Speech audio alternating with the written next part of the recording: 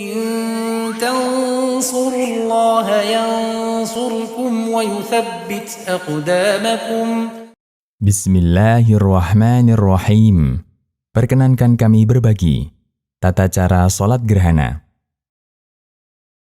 Sebelum membahas mengenai tata cara sholat gerhana, ada beberapa catatan yang perlu kita perhatikan terkait fikih sholat gerhana. Pertama, sholat gerhana disyariatkan bagi kaum muslimin yang melihat peristiwa gerhana matahari atau bulan.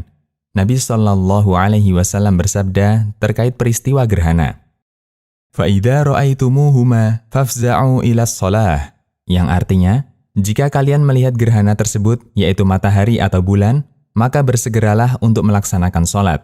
Hadis riwayat Bukhari. Karena itu, bagi umat Islam di daerah lain yang tidak melihat peristiwa gerhana, tidak disyariatkan melaksanakan sholat gerhana. Kedua, dianjurkan untuk mengundang kaum muslimin dengan panggilan As-salatu jami'ah. Assalamualaikum warahmatullahi wabarakatuh. Bapak-bapak, ibu-ibu, para jamaah sekalian, insyaallah ba'da zuhur nanti kita akan melaksanakan sholat gerhana secara berjamaah di masjid ini. As-salatu jami'ah. Wassalamualaikum warahmatullahi wabarakatuh. Dari Abdullah bin Amr radhiyallahu anhu, beliau menceritakan, "Lamma kasafatis syamsu ala ahdi Rasulillah sallallahu alaihi wasallam, nudiya innas salata jami'ah." Yang artinya, ketika terjadi gerhana matahari di zaman Nabi sallallahu alaihi wasallam, diserukan as-salatu jami'ah. Hadis riwayat Bukhari. Makna kalimat ini adalah hadirilah sholat yang dilaksanakan secara berjamaah ini, Fathul Bari. Jika masyarakat tidak memahami panggilan ini, bisa diumumkan dengan redaksi dan bahasa yang bisa dipahami umumnya masyarakat.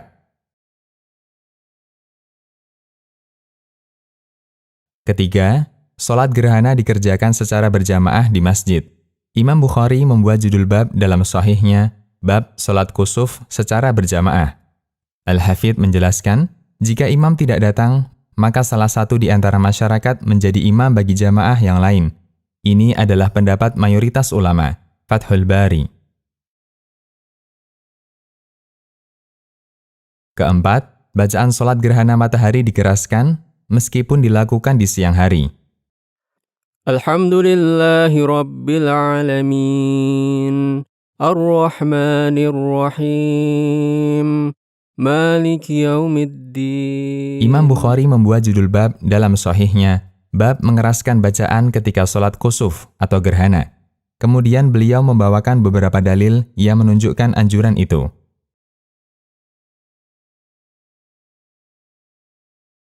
Kelima, dianjurkan bacaannya panjang, demikian pula ruku' dan sujudnya. Allahu Akbar.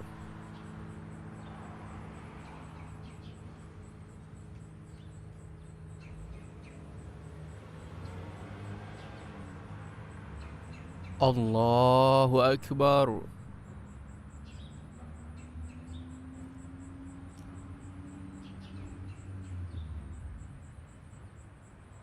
Aisyah radhiyallahu anha mengatakan, "Ma sajadtu sujudan qat kana atwala minha." Yang artinya, saya belum pernah melakukan sujud yang lebih panjang daripada sujud sholat gerhana. Hadis riwayat Bukhari. Dalam riwayat yang lain, beliau mengatakan, "Ma raka'tu ruku'an qat wala sajadtu sujudan qat kana atwala minh." Yang artinya, saya belum ruku' maupun sujud sekalipun yang lebih panjang daripada ruku' dan sujud ketika sholat gerhana. Hadis riwayat Muslim. Keenam, wanita dianjurkan untuk ikut sholat gerhana di masjid. Di antara dalil yang menunjukkan hal ini adalah testimoni Aisyah radhiyallahu anha tentang sholat gerhana yang beliau lakukan. Hadis tersebut menunjukkan bahwa beliau mengikuti sholat gerhana ini bersama Nabi Shallallahu Alaihi Wasallam. Imam Bukhari membuat judul bab wanita ikut sholat kusuf bersama laki-laki ketika gerhana. Ketujuh, bolehkah sholat gerhana bulan setelah subuh? Sholat gerhana termasuk sholat sunnah mu'akkad yang memiliki sebab. Sebabnya adalah gerhana matahari atau bulan. Sehingga sholat ini boleh dilakukan sekalipun di waktu terlarang. Karena itulah, menurut pendapat baru dari Imam Asy-Syafi'i, jika terlihat gerhana bulan setelah subuh, tetap dianjurkan untuk melaksanakan sholat gerhana tersebut meskipun di waktu larangan.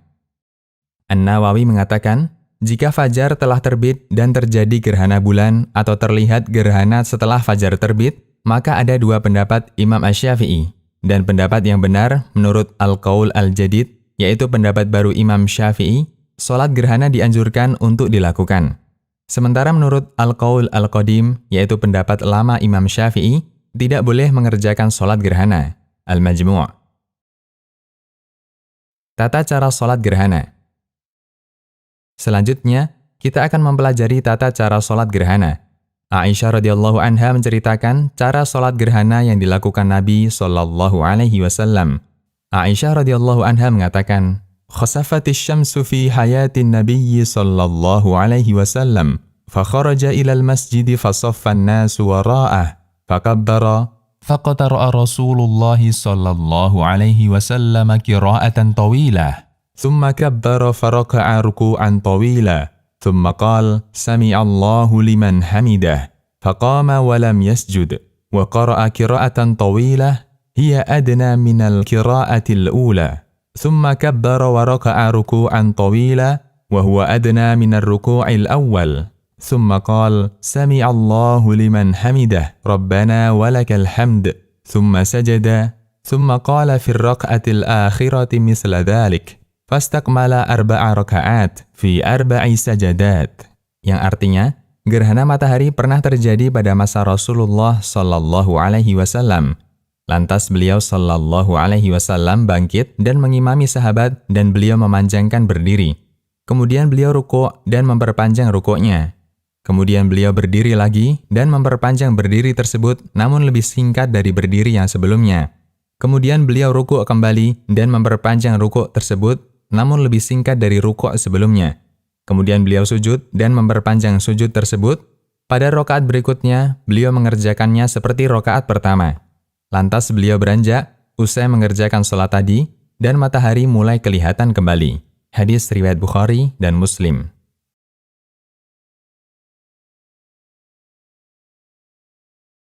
Kita urutkan sebagai berikut. 1. Takbiratul Ihram. Allahu Akbar. 2. Membaca doa istiftah, kemudian berta'awud, dan membaca surat Al-Fatihah, dilanjutkan membaca surat yang panjang.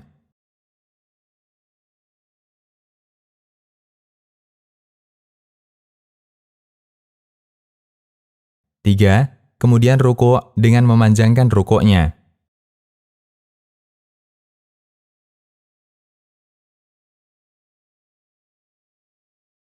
4. Kemudian bangkit dari rukuk, yaitu i'tidal, sambil mengucapkan Sami'allahu liman hamidah, Rabbana walakal hamd.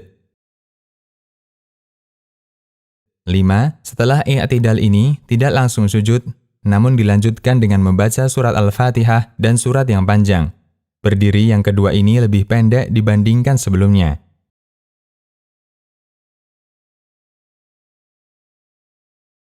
6. Rukuk kembali, yaitu rukuk kedua, yang panjangnya lebih pendek dari rukuk yang pertama.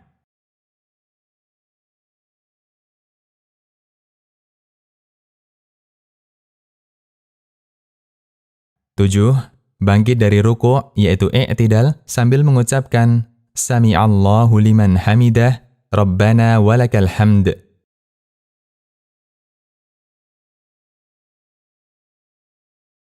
8. Sujud yang panjang dengan mengulang-ulang bacaan sujudnya.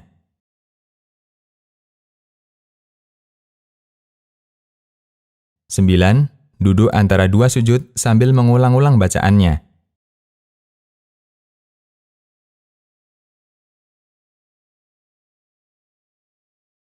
10. Sujud kedua yang panjang dengan mengulang-ulang bacaan sujudnya.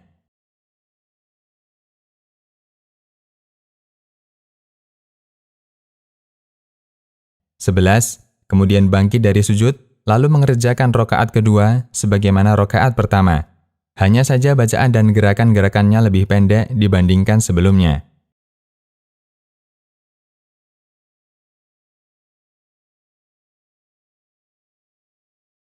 12. Tasyahud.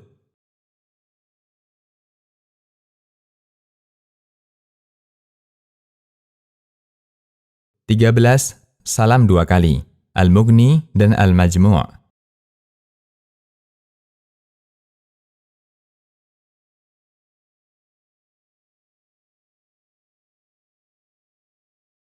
'Demikian, Allahu a'lam.